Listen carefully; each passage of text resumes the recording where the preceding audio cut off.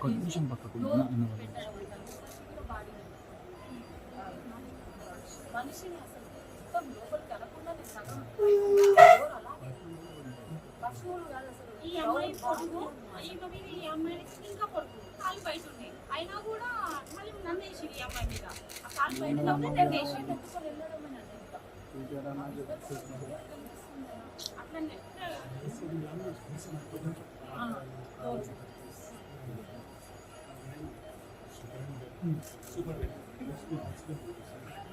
क्या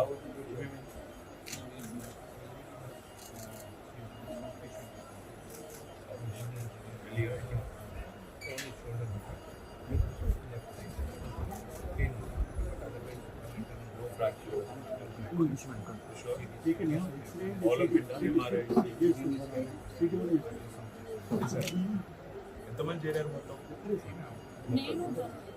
సంతోషం. ఐపీ కాదు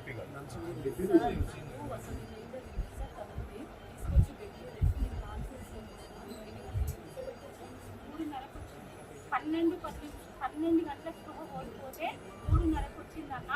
1:20 వరకు బల్లగూడ పోలీస్ స్టేషన్ గంటన్నర చేసేది. నైట్ వెళ్ళిపోయినాను మార్నింగ్ వచ్చిన కాలు పెయిన్ వస్తుంది నాకు. ఇట్లాంటి దెబ్బలు అయినాయి లోపల అసలు ఘోరం. మార్నింగ్ రాగానే కొంచెం ఇదంతా నటన అన్న వీడియోస్ అన్న నటన అనేది నా దగ్గర అన్ని వీడియోస్.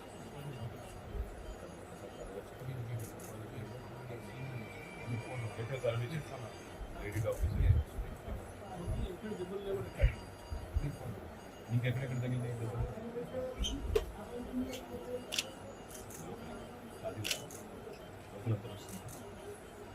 ఏ ఊరు? మోత్కూరా? నిన్నంటే ఇక్కడ మీ హోటల్ ఆడికెళ్ళి సీదా ఇడికే వచ్చిందా? పోలీస్ స్టేషన్ తీసుకెళ్ళి పోలీస్ స్టేషన్ సవితక్క కూడా వచ్చింది.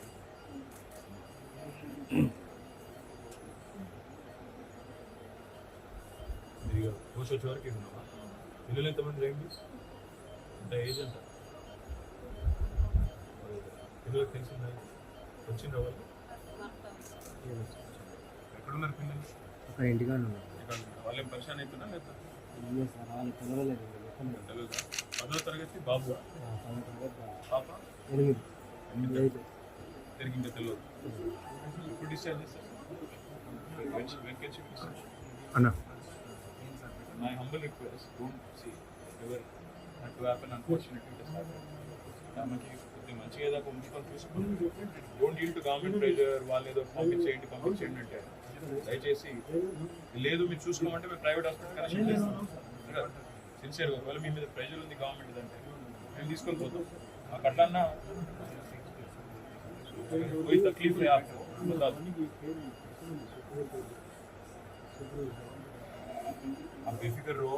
आप जो लड़ाई करें ना, आपके बाकी 25,000 आपके बहने అందరికి లాభం అవుతుంది.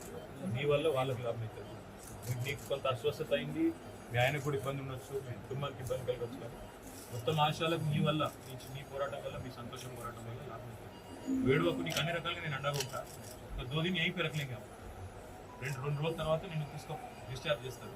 ఒకవేళ అవసరం ఉంటే మీకు ఒకవేళ ఇక్కడ నచ్చకపోతే ప్రైవేట్ కూడా షిఫ్ట్ చేద్దాం. ప్రైవేట్కి వెళ్ళిపోతాం.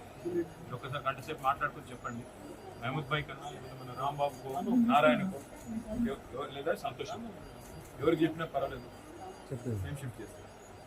ఒకవేళ మీకు నచ్చదు మంచిగా చూసుకుంటారు. వాళ్ళు కూడా పాపం సిన్సియర్గా డెడికేటెడ్గా పనిచేస్తున్నారు.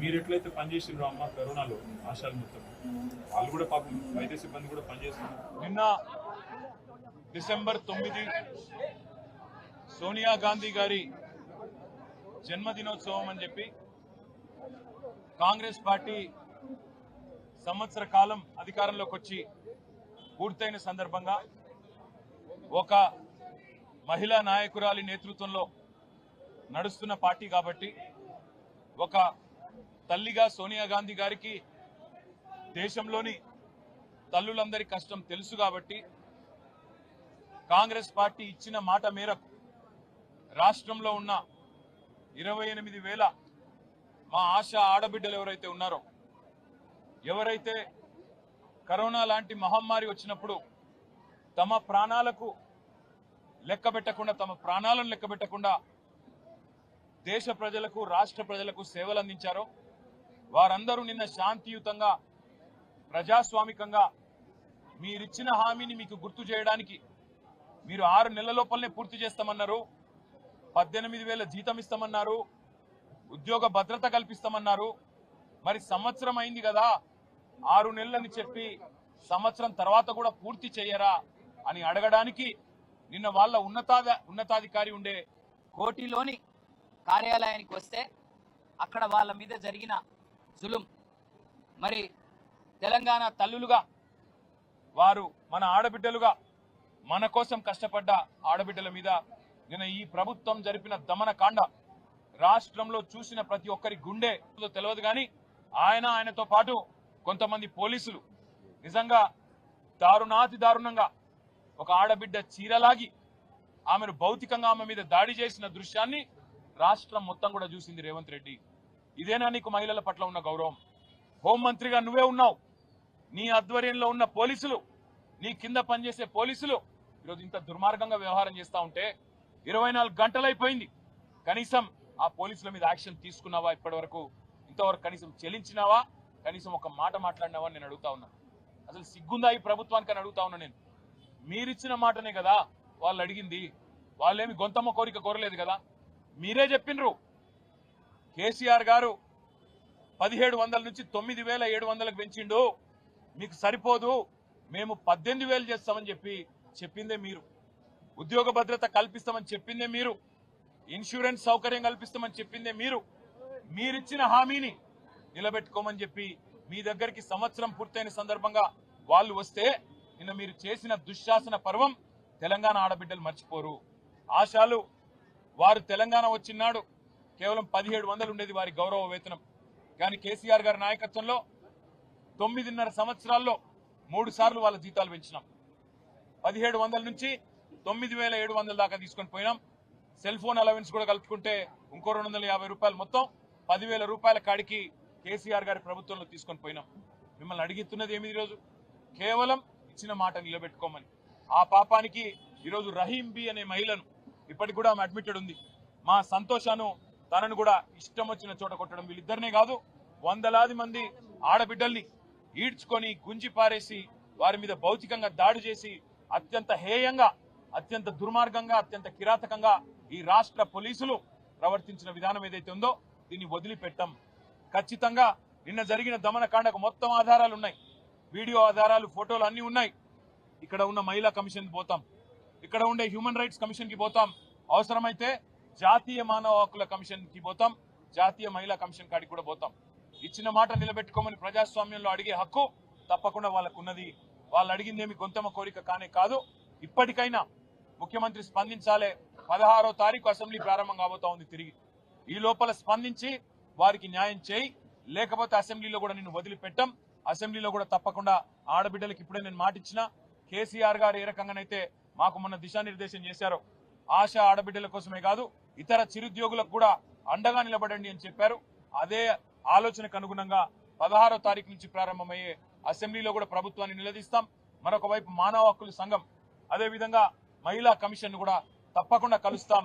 దెబ్బలు తిన్న ఆడపిల్లలకు మేము చెప్పొచ్చాం, ఒకవేళ మీకు గనక ఇక్కడ ప్రభుత్వ వైద్యం, సర్కారు వైద్యం మీకు సూట్ కాకపోతే, నచ్చకపోతే మీరు రండి, మా పార్టీ తరఫున మేమే తీసుకెళ్లి ప్రైవేట్ ఆసుపత్రిలో మంచి వైద్యాన్ని కూడా అందిస్తామని చెప్పి కూడా వారికి చెప్పినాం. ధైర్యం కూడా చెప్పాము, ధైర్యంగా ఉండండి, పోరాడండి, మీకు అండగా మేమంతా కూడా ఉన్నాం, మీతో భుజం కలిపి నడుస్తామని చెప్పాం. అసెంబ్లీలో కొట్లాడతాం, బయట కూడా కొట్లాడతాం. రాష్ట్రంలో ఉండే ప్రతి ఆశ ఆడబిడ్డకు మేము బీఆర్ఎస్ తరఫున మాటిస్తా ఉన్నాం. మీకు ఇచ్చిన హామీని, ప్రభుత్వం ఇచ్చిన హామీని నిలబెట్టుకునేదాకా మీ తరఫున శాసన మండలిలో మా మహమూద్ అలీ గారు, మా నవీన్ కుమార్ రెడ్డి గారు, అదేవిధంగా మహమూద్ అలీ సాబ్, అదేవిధంగా శాసనసభలో మేమందరం కూడా గొంతు విప్పుతాం. ఖచ్చితంగా ప్రభుత్వాన్ని నిలదీస్తాం. మీకు కూడా పూర్తి స్థాయిలో న్యాయం జరిగే వరకు మీతో ఉంటామని చెప్పి కూడా తెలియజేస్తూ, ప్రభుత్వం వెంటనే నిన్న అరాచకంగా వ్యవహారం చేసిన పోలీసులను తక్షణమే సర్వీస్ నుంచి డిస్మిస్ చేయాలి. సస్పెన్షన్ కాదు, సర్వీస్ నుంచి డిస్మిస్ చేయాలి. ఎందుకంటే ఆడబిడ్డల మీద చేసేటప్పుడు 1-2 సార్లు ఆలోచించుకోవాలి. ఎవరైనా సరే పోలీసు వాళ్ళు ఇష్టం వచ్చినట్టు అధికారం ఉంది కదా, కాకి యూనిఫామ్ ఉంది కదా, మేము ఇష్టం వచ్చినట్టు చేస్తాం, ఏం చేసినా నడుస్తుంది అనుకుంటే కుదరదు, వదిలిపెట్టమనే మాట కూడా ఈ సందర్భంగా తెలియజేస్తూ నిన్న మరి సహకరించిన పాత్రికేయ మిత్రులకు కూడా వాళ్ళ మీద జరిగిన దాడిని దేశం మొత్తం దృష్టికి తీసుకొచ్చిన మా మీడియా మిత్రులకు కూడా ప్రత్యేకంగా ధన్యవాదాలు కూడా నేను తెలియజేస్తా ఉన్నా. ఉస్మానియాలో మంచి సేవలు కూడా అందిస్తా ఉన్నారు. డాక్టర్లు, పారామెడికల్ సిబ్బంది, అదేవిధంగా చాలా మంది పేదలు కూడా రోగులు ఉన్నారు.